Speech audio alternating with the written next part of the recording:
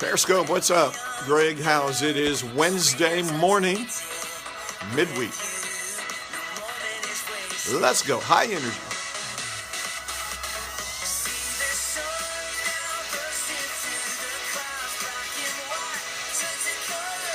Good morning, good morning.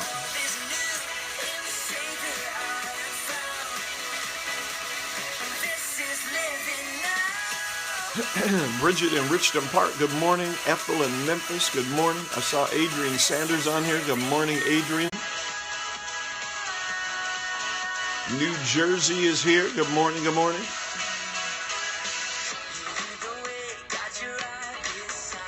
Did you guys sleep good? Had a good night of sleep?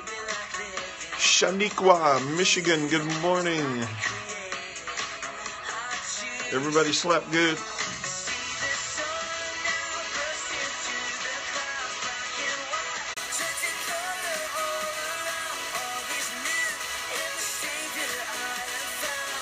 Got your coffee going, got the juicer going. Got some green tea, some hot tea. Washington State.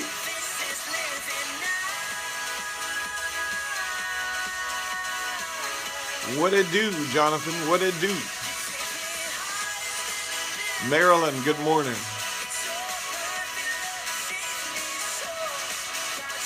Having some bacon and eggs this morning. What you got going? Are you fasting today? Some of us are fasting.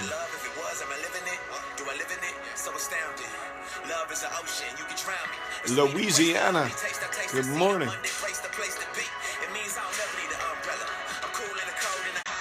You had a good Bible study, okay? When did that happen?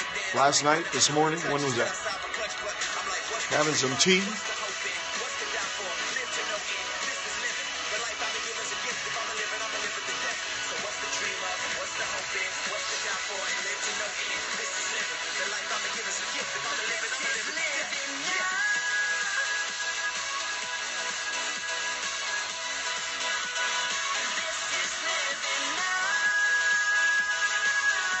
Monica in Mississippi, good morning.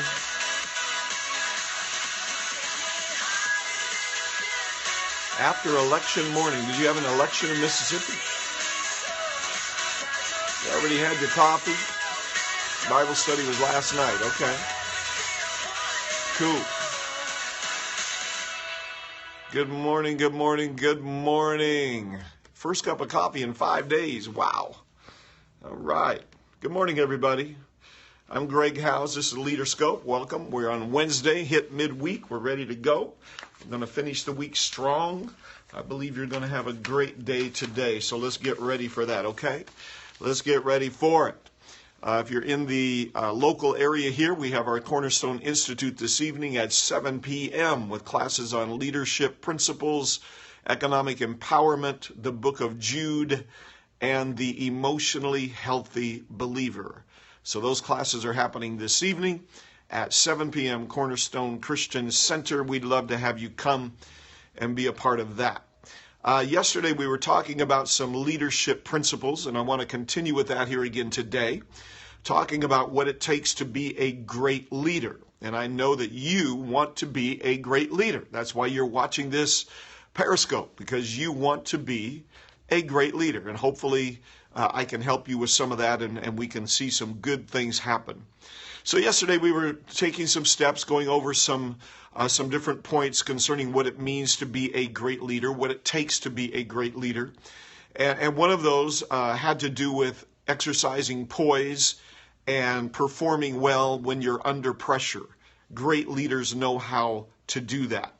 Another thing is recognizing that a lack of leadership, or when you miss great leaders, you're going to do harm to your organization, to your church, to your business, your family, whatever it may be. So we don't want to miss out on those leaders that are coming down the pipeline. We want to make sure that we're recognizing potential leaders, good leaders that are being raised up in our organization. We also talked about the fact that leaders, great leaders, are always exercising consistency.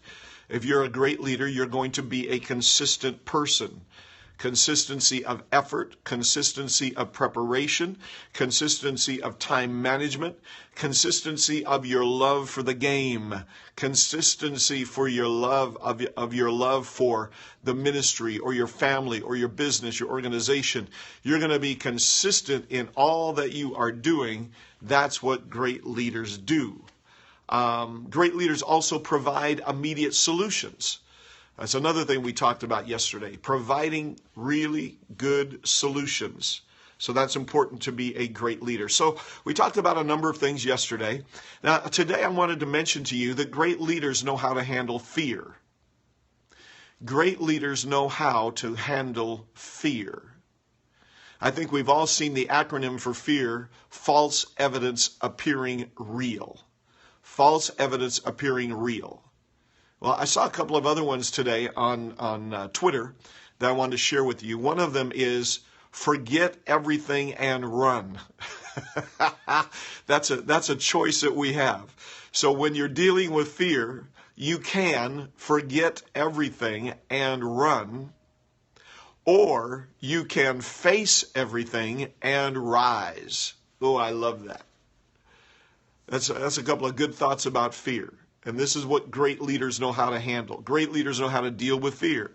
So you're either going to forget everything and run, or you're going to face everything and rise. So I want to encourage you today in your leadership that you would face everything and rise. Face it. When you're confronted with those difficult things, those challenging things in your life, in your business, in your church, in your family, you've got to face it and rise. Face everything and rise. F-E-A-R, fear. Face everything and rise. That is how leaders deal with fear. Leaders also realize the power of making good choices. You are not born a winner, and you are not born a loser, but you are born a chooser. God gave you the ability to make choices. So you can make the choice to be a winner, or you can make the choice to be a loser. It's up to you. In Deuteronomy chapter 30, the Lord said, I set before you today life and death, blessing and cursing. Choose life that you may live. So when you choose life, you get the blessing. When you choose death, you get the curse. Which one sounds like it's to your advantage? So choose life. When you choose life, you get the blessing of God. You're a chooser. You were not born a winner. You were not born a loser, but you were born a chooser. You were born a chooser. So choose right. Make the right choices. Make the wise choices, and see yourself emerging and being elevated and rising higher and higher and higher.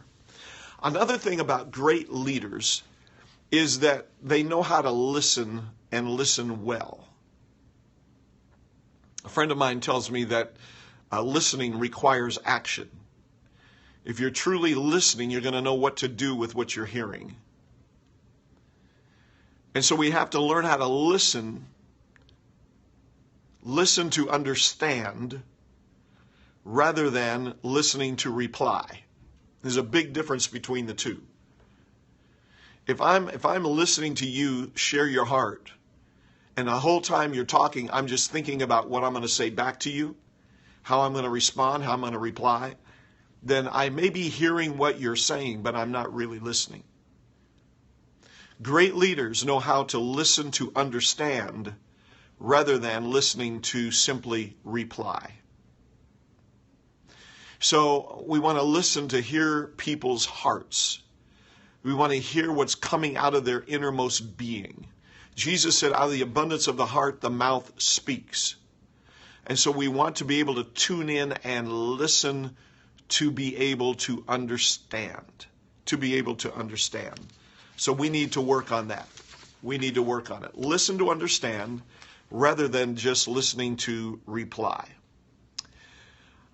Great leaders are available. That's extremely important. Great leaders will be leaders who are available. You got to make yourself available. Because people are counting on you. People are relying on you. People are looking to you. People are searching you out for the answers, for the solutions that you give as a leader. And so if you are hiding, if you're withdrawing, if you're isolating yourself, if you're not making yourself available, you're not going to be able to be a blessing to the people you lead. A great leader has the ability to be available. Available. People can find you. People can count on you. People can lean on you. People can rely on you because they know you're always around. They know that you are available. Great leaders exercise availability. That's important for us to understand. Great leaders have decision-making skills. If you're a great leader, you know how to decide and decide wisely. Joseph was that kind of great leader in the Bible.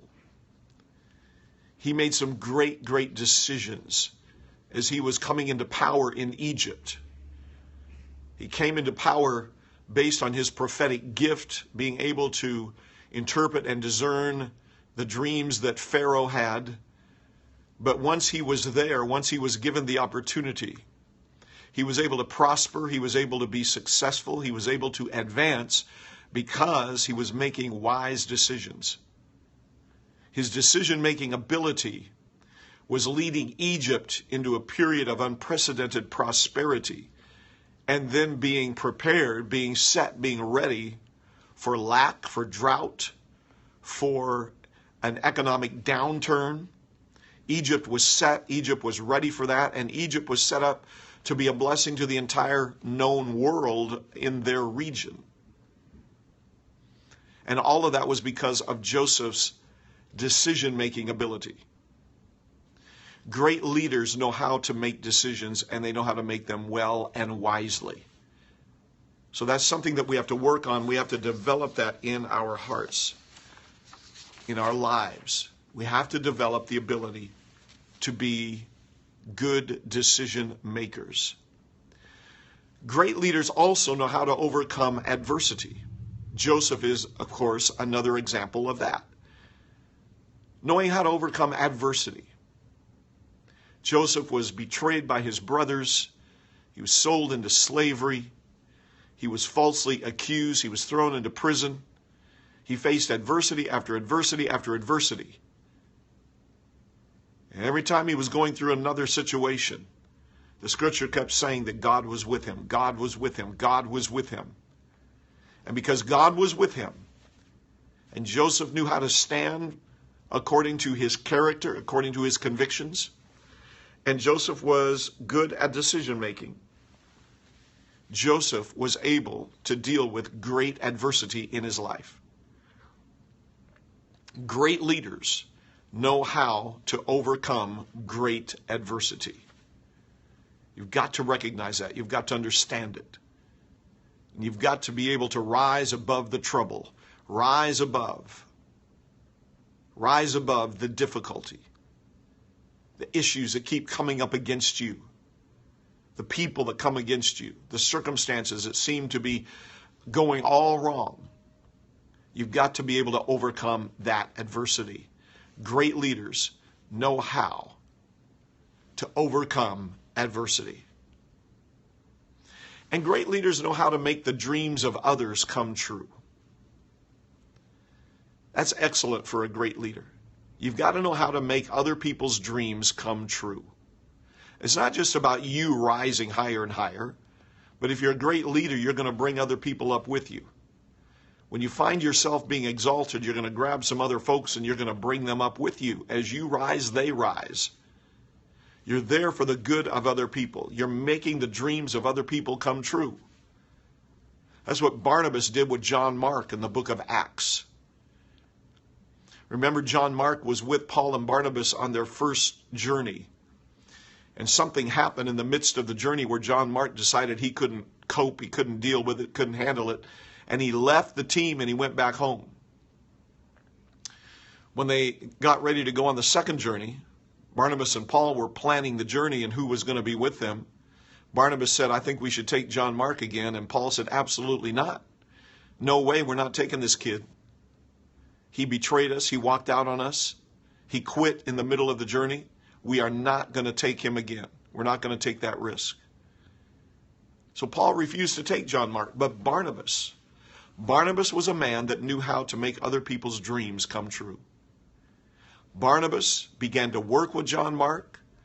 He discipled him, mentored him, coached him, brought him along, began to move strongly in his life as a coach, as a mentor, as a discipler. And he raised up John Mark to be an excellent leader, to be a great man. In fact, John Mark wrote the Gospel of Mark in the New Testament. And we find out later on in Paul's ministry, when he's getting ready to go on a ministry assignment, he said, bring me John Mark, for he is profitable to me in this work that I'm about to do. So even Paul began to recognize that John Mark had gone through some development in his life, that Barnabas had been working with him, and now John Mark was somebody that was valuable to Paul. All of that was because Barnabas knew how to make other people's dreams come true. And if you are a great leader, you are going to know how to make other people's dreams come to pass. It won't just be you rising, you will be bringing them up with you. You're going to help other people rise to a higher place along with your elevation as well. Well, I hope that makes sense to you. I hope it's helpful to you and beneficial to you today. We'll talk a little bit more about this tomorrow. We're just dealing with some simple leadership principles that I hope is a benefit to you. God bless you so much. I love you. I'm grateful for you. I appreciate you. Thanks for being on with me today. I believe that you have open doors in front of you. You have opportunities presenting themselves to you today. You have divine connections coming into your life. You have divine resources in your life. You have favor with God and man. And wherever you need help reconciling a situation in your life, I believe that God is going to give you wisdom. He's going to give you empowerment. He's going to give you grace and mercy and favor in reconciling that situation, and it's going to happen today. God bless you so much. Thanks for being on with me today. Have a wonderful day. Be strong in the Lord and in the power of His might. I'll talk to you soon.